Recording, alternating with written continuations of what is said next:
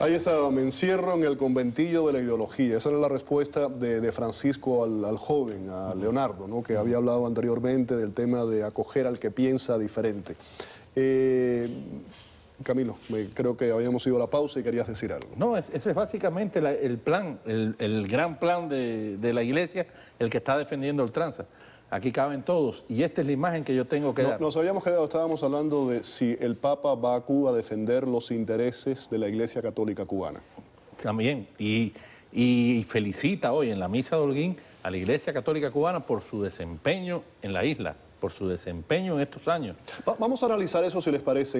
Es la única institución no gubernamental que tiene un espacio. Que tiene un espacio. No hay ninguna otra. Hay un consejo ecuménico que inventa Cuba en los años 90 para contrarrestar precisamente el papel que pueda tener la Iglesia Católica, en que coge a todas las iglesias protestantes que quieran respetar ese principio básico que fue alguna vez para los intelectuales y que se apliquen todo en la revolución, con la revolución todo contra la revolución. Eso fue a raíz del caso Padilla, cuando Fidel con la palabra de los intelectuales. Aquí.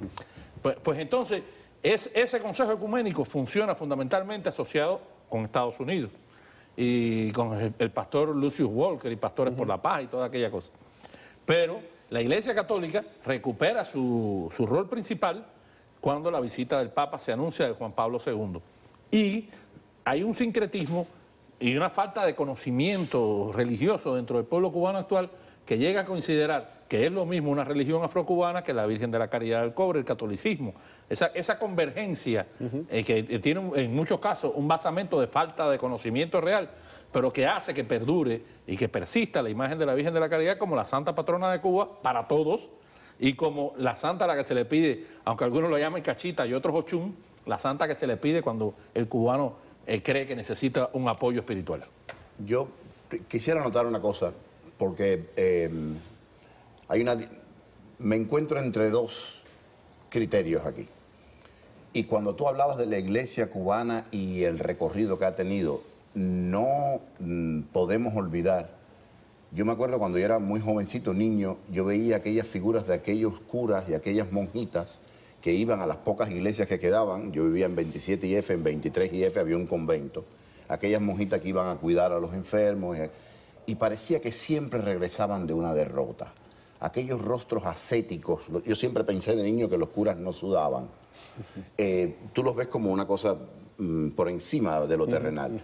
Entonces, vamos a reconocer que el pueblo de Cuba, no este síndrome Down que parimos porque fumamos y nos drogamos sabiendo que no se podía hacer y ahora le echamos la culpa a esto que está un engendro del cual somos coculpables.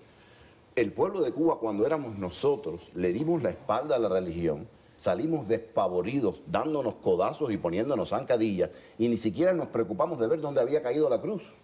Si había caído en un páramo árido, si había caído... No nos preocupamos. Por un lado es eso. Por el otro lado, cuando hablamos del criticismo, y nosotros nos entusiasmamos, y ayer, y tú y yo hablábamos, y prácticamente hasta nos erotizamos pensando en el criticismo de las palabras, aparte de que Albertico puede ser que no lo entienda. Me recuerda aquellos tiempos de las primeras canciones de Silvio, cuando aquellos intelectualoides de nosotros que nos creíamos intelectuales y que creíamos que lo sabíamos todo, nos poníamos a interpretar si ojalá fue contra Fidel, sí, si el unicornio. Un disparo de nieve, una luz cegadora y ojalá por lo menos. Pero al final las palabras... O una mujer, o Papito Cerguera. Pero al final las palabras no dejaron nunca de ser esos.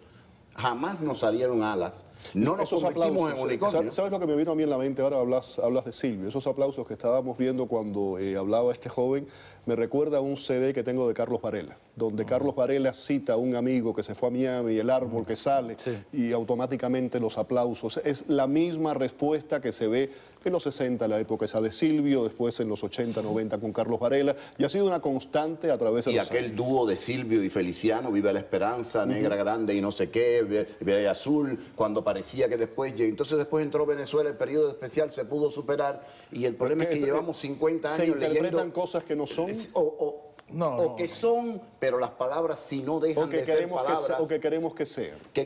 Hay un poco de todo, pero al final las alas no nos salen, no dejan de ser palabras. Nosotros seguimos soñando y han pasado 56 Pero años. el caso de Carlos Varela es la muleta de mi generación, es el cronista de lo que nos fue pasando. Nos ayudó a vivir también muchísimo. Sin duda, sin duda. Nunca pensamos que Carlos Varela iba a tumbar la revolución, pero sí que sí iba a ser nuestro vocero. A mí lo que me llama la atención de esto es que a veces se cuela en el análisis la idea de que los intereses institucionales de la Iglesia y los intereses del país y de la nación coinciden. Eso es un buen punto, un buen punto. Y si el Papa y la Iglesia cubana tienen un proyecto defendiendo la institucionalidad, o en última instancia la Iglesia es la mayor institución no gubernamental de Cuba, pero realmente no tiene casi no tiene feligreses, son prestados. Esos intereses no tienen por qué coincidir exactamente con los intereses de los cubanos como ciudadanos. Claro. Pueden coincidir en algún aspecto, pero no tienen por qué coincidir totalmente porque la nación es más que la Iglesia también. Por supuesto. Por supuesto. Y la Iglesia es mucho menos históricamente que la nación. No, pero la Iglesia defiende eso, la patria es de todo. Y esto es una partida sellada. Bueno, yo sé que aquí hay dos oponentes haciéndose los amigos en una mesa. No, claro. Lo que quiero decir es que, por ejemplo, la Iglesia del Amor todo lo espera. En ese documento los intereses de la Iglesia y de la nación casi coincidían.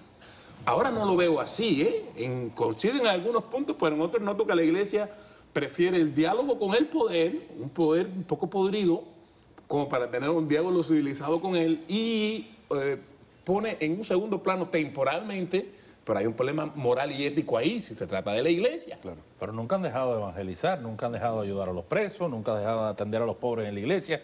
Yo nunca he dicho que lo han dejado de hacer. El discurso oficial, y lo hablábamos hoy, a mí lo que me asombra es que ellos han buscado y han creado un enemigo que es único. La Iglesia Católica dice que el extremo capitalismo y el extremo socialismo se han convertido en el enemigo de la espiritualidad del hombre. Y entonces ya no distinguen, sino que hablan de esas condiciones, ese mercado.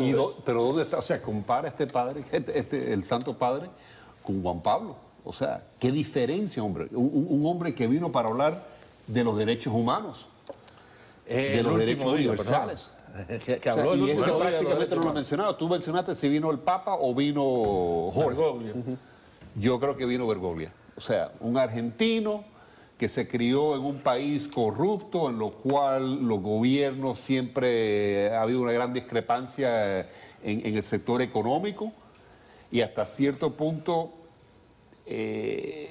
lo acepta, no sé, comparado con un Juan Pablo que se crió bajo el régimen de los nazis, después de los comunistas en los soviéticos y en Polonia, y se da cuenta de que una sociedad no puede existir si no hay libertad personal. Sí, pero es que todos los escenarios son distintos. Recuérdense los discursos de Juan Pablo en Varsovia, recuérdense la participación con los sindicatos de Solidaridad y cuando lo traspolas a La Habana. Sí, pero Juan Pablo con Solidaridad iba por un cambio de sistema. Era totalmente diferente. Pero cuando llega a La Habana, Juan Pablo no hace lo mismo, porque todos los escenarios son distintos. Y la negociación es distinta como tal. No existía solidaridad, pero el discurso de Juan Pablo era central en dirección... Fue igual de críptico, igual de enrevesado. Fue el primer encuentro después de muchos años de los cubanos con un discurso papal y hubo que esperar al último día en que dijo: no tengáis miedo, que se abra Cuba al mundo y que el mundo se abra a Cuba. Recuérdense que en todas las visitas papales eso va gradual hasta la última misa. La última misa siempre es como donde plantan la cruz, donde dicen lo que quieren decir. Coincidimos, el calentamiento previo de Francisco va mucho más despacio que el de Benedicto XVI y por supuesto que el de Juan Pablo II, que fue el parteaguas de religión. Si les parece, quiero retomar para terminar y redondear el tema de lo de la Iglesia. Hablábamos que es institución no gubernamental la que más espacios, la única tiene, y creo que todos coinciden en esto. Esto no quiero que suene a falta de respeto. El cardenal es un poco el CEO de lo que es la Iglesia Católica Cubana y negocia. Está negociando dentro de Cuba y está cediendo espacios y a lo mejor no hay una reunión con los disidentes porque en la negociación eso no estaba correcto y no venía bien en ese momento. El Papa previamente recibió a todos los disidentes, tanto en el Vaticano como en otros lugares, y hemos tenido prueba de ello, desde la hija de Payá hasta Berta Soler. Él recibe como Papa a todo el mundo, también los ha recibido a ellos. Eso está claro, pero los ha recibido. Lo que pasa es que yo insistía, y lo repito, que una visita del Papa tan solo a Santa Rita era un respaldo. Eso te lo escuché decir antes, en el programa de Pedro lo dijiste y me parece un muy buen punto eso. Él no tenía que reunirse con los disidentes si quería, pero ir a Santa Rita, que es el templo donde cada domingo se reúne la oposición, es un espaldarazo. Es decir, miren, yo sé quiénes son ustedes y quizás ahora no puedo, pero aquí estoy. Y es algo simbólico. Y es, algo un acto puramente simbólico. Era suficiente. Sí, pero Camilo, no te No ca- suficiente, oye, pero era Pero un Camilo, sabor. una pregunta, ¿no te cansas del simbolismo? En ¿No un te país cansas donde el del simbolismo siempre ha sido O una sea, cruz, coño, ¿por qué una no- hoja y un ¿por qué no martillo? hablar claro, señores? ¿Por qué no hablar claro? Él tiene sus limitaciones como papa, pero pues, eso podía haberlo hecho. ¿eh? Estamos siempre con las canciones de Silvio Mi y querido- no nos salieron alas. mi Estamos querido- en camino. mi ¿Por querido qué? Macanosa, ¿Por qué no podemos en hablar un- claro? Si tú desde eres aquí- el Papa, si tú eres el líder de la Iglesia Católica, tú vas a Cuba y tú dices lo que debes El mundo decir. no está hecho de las cosas que nosotros quisiéramos. Lamentablemente, cada cual las presenta a su estilo. Esto es lo que hay. Y aún así, es una diferencia importante para Cuba. Yo tengo Aún que ir a la así, pausa. estoy de Tengo acuerdo. que ir a la pausa, no quiero interrumpirlos. Muy interesante la conversación. Vamos a retomarla al regreso. Quédese con nosotros.